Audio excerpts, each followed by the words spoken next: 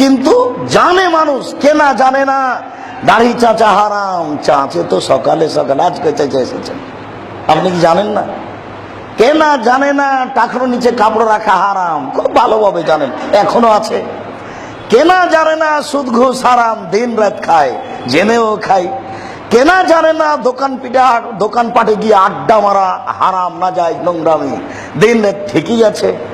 কোন নারী জানে না যে এইভাবে মাথায় কাপড় ফেলে হাটে বাজারে ঘোরা এটা ঠিক নয়, ইমান নেই ওর, ওই নারীর ইমান নেই। নিশ্চিত বিশ্বাস করুন তার অন্তর খারাপ, তার মন খারাপ। নিশ্চয় বিশ্বাস করুন তার ইমান নেই, তার মন খারাপ, তার অন্তর খারাপ। নিশ্চয় ও ভালো নারী নয়। ভালো নারী কাকে বলে, ইমানদার কাকে বলে?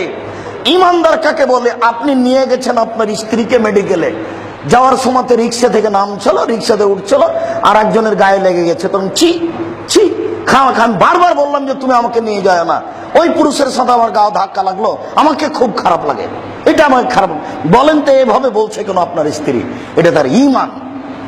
তার গাও অন্য এক পুরুষের গায়ের সাথে একটু লেগে গেছে, তাই আর ঘুম হয় না, তাকে খুব খারাপ লাগে, এটা হলো ইমান।